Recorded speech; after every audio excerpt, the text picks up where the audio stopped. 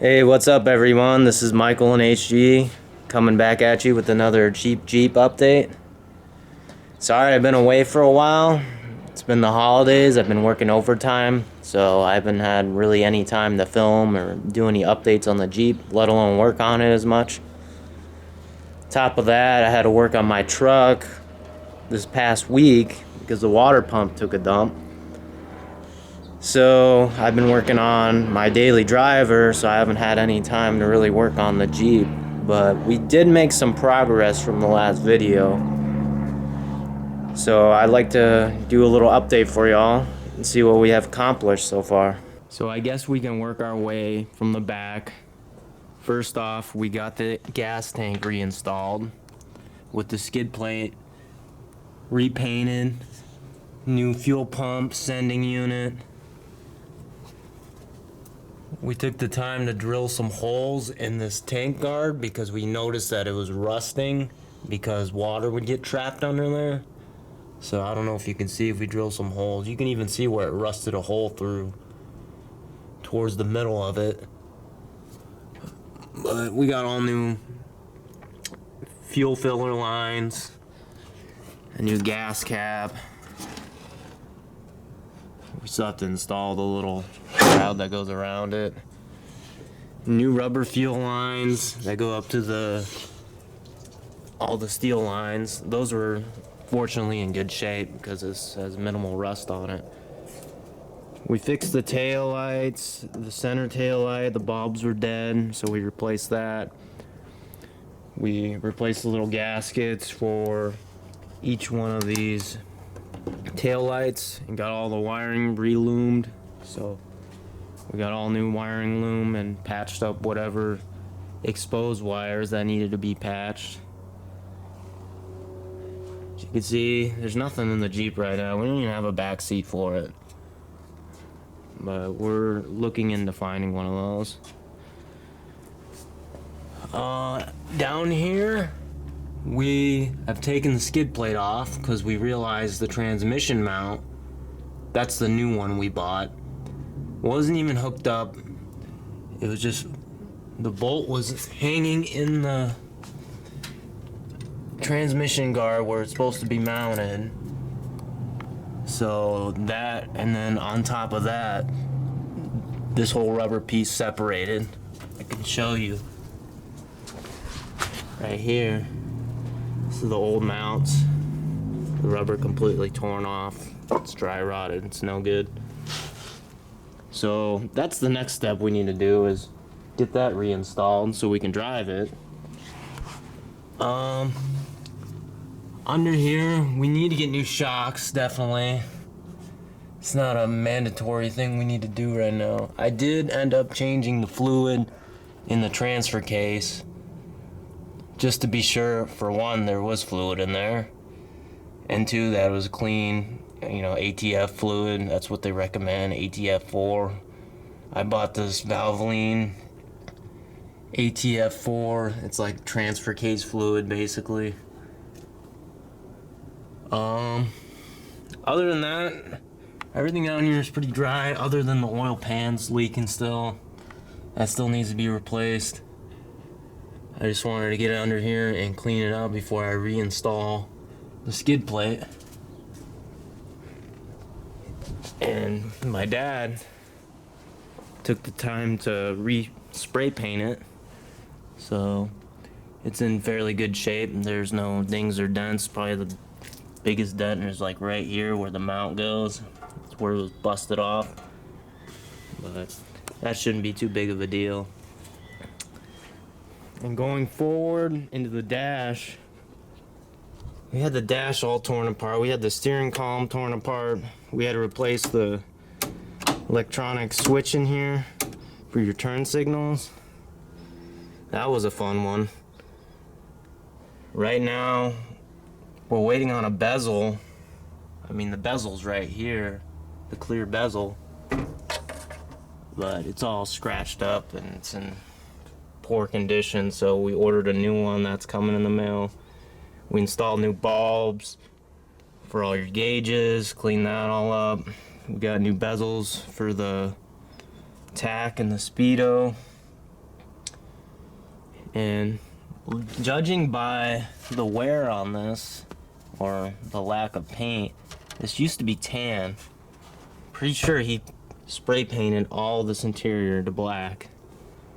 As you can see, we do have all the bezels and it's a little four-wheel drive. We didn't even notice this. There's a four-wheel drive indicator when you do put it in four-wheel drive. We thought we just kind of, you had to figure it out yourself whether it was in it or not. The mirrors don't stay. They need to be replaced, or somehow we need to fix what's going on in here.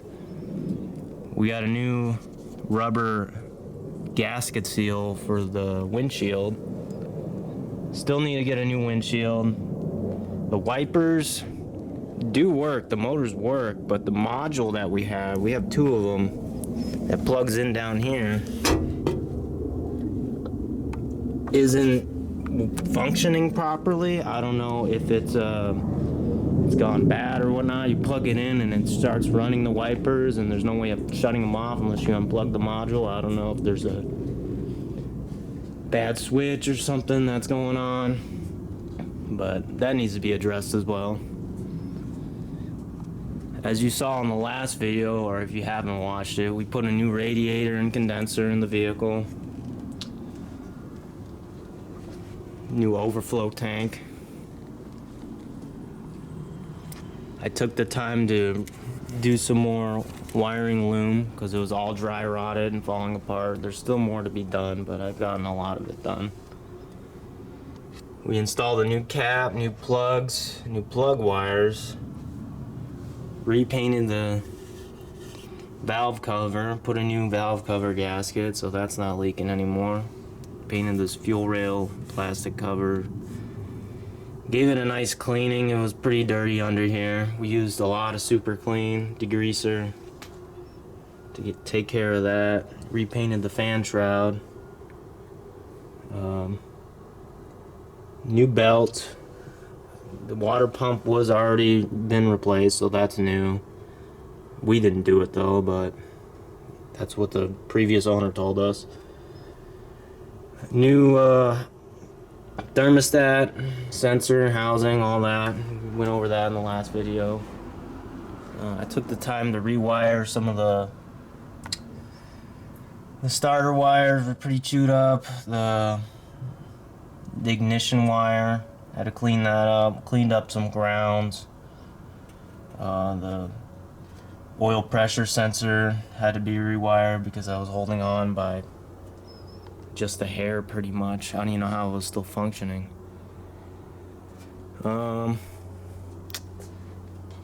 As far as engine wise, everything's good to go. It still needs to get air conditioning set up. We need a compressor, new AC lines. We did end up finding out that the heater core is leaking slightly, so that has to be replaced, but that's under the dash. Put new reflector lamps on, or turn signal lamps, lenses, as you could say.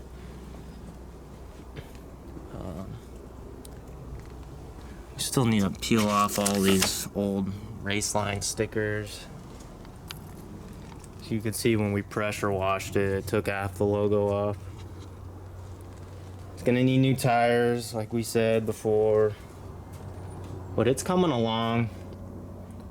I know it's been a minute since I've uploaded, but this is what we're dealing with right now. So the next step is getting this transmission mount installed. Need to clean up all the hardware, get the jack under there, get it positioned, and then we can move forward into more things to fix. Like I want to get this rubber gasket fixed. We're still waiting on some visors. As you can see, they've been deleted. And then, like I said, we would need the bezel for the dash to be installed. That's supposed to come in the mail sometime this week or next week. Who knows, with all the holidays going on. But yeah, so Next video, I guess we're going to show you how to install the transmission mount. So I guess we're going to get started cleaning up these transmission mount bolts, as you can see right here. A bit rusty and crusty. So we're going to hit that with the old wire wheel, get those cleaned up.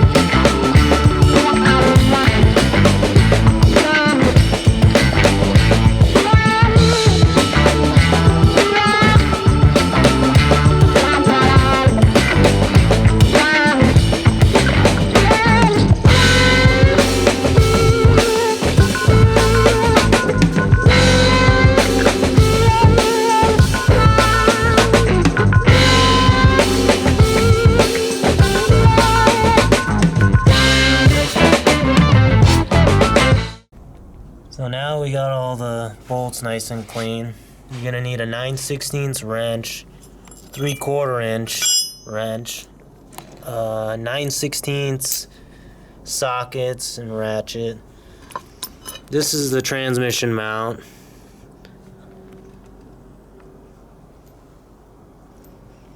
There's 4 bolts that you're gonna need to install that bolt to the transmission, just like so. So we're gonna do that first, and then we're gonna putting on the actual transmission guard. Basically it protects it from rocks and anything to screw up your transmission or transfer case. As you can see down here, those are the 4 bolts we need to mount it to. Alright, so now we're under the Jeep.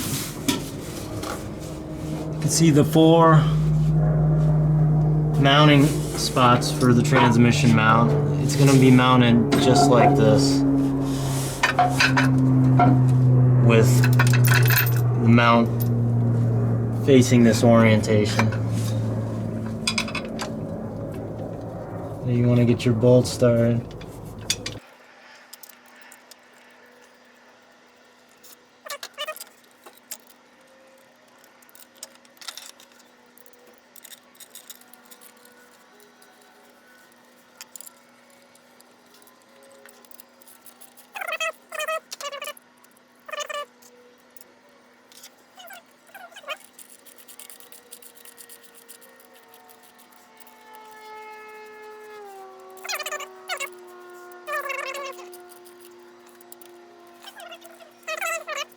Now you're going to want your torque wrench.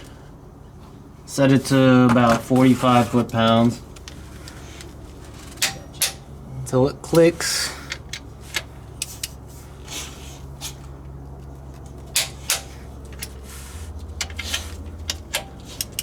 And just do it in a crisscross pattern. And I believe the 6 bolts for the skid plate are about 55 foot-pounds. They're larger bolts, so that makes sense. So once we have that installed, we're gonna get the jack under here and get the skid plate in position. So I'm gonna have to get out of here. So now we're gonna tighten this top nut. And just grab this one with the 3/4 inch wrench to snug these together. And then we should be ready to put the pan under here with the jack stand. So like I said, you're going to take your 3/4 inch drive or your wrench and a 9/16 socket. Get that on there. Start tightening this.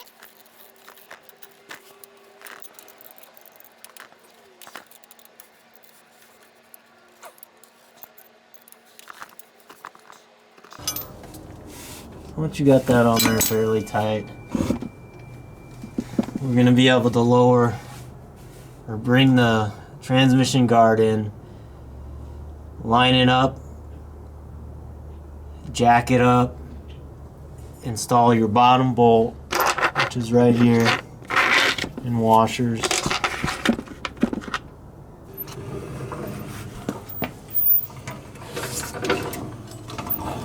So now we're going to align the pan. This bolt is going to have to slide through this slot. So it's going to need to be jacked up till we can get it lined up.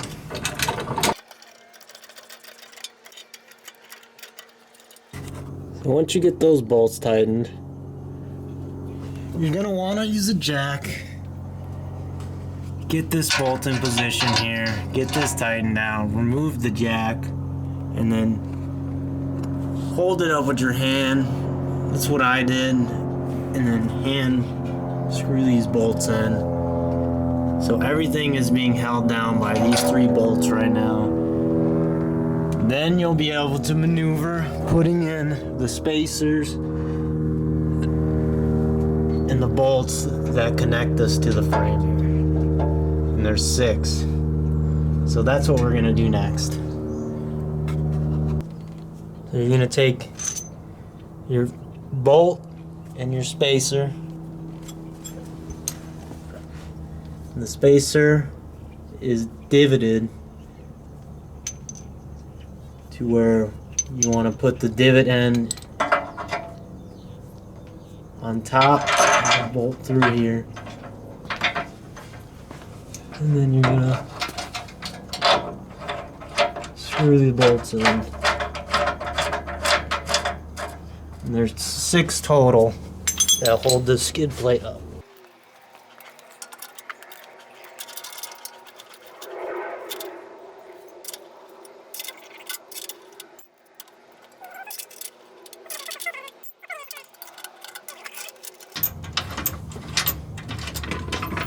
Well, we got the 3 on one side, and we'll do that for the other side.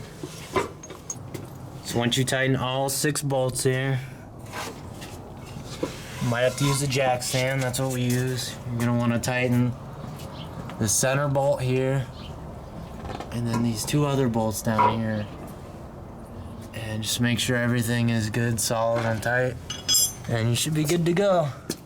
That's how you change out a manual transmission mount on a 94 Jeep Wrangler. Well guys, that's a wrap for today's video. Thank you all for tuning in and watching. If you can like and subscribe down below, that'd be awesome. Click the little bell notification so you guys can be notified whenever I post new videos. I greatly appreciate you guys tuning in, you know. We got the transmission mount installed, so everything went pretty smooth. I mean, if you have any questions on how the installation went, or if you have any issues you're running into, you can always, you know, message me or leave a comment down below. Thank you guys for watching, and I'll see you guys in the next one. Peace.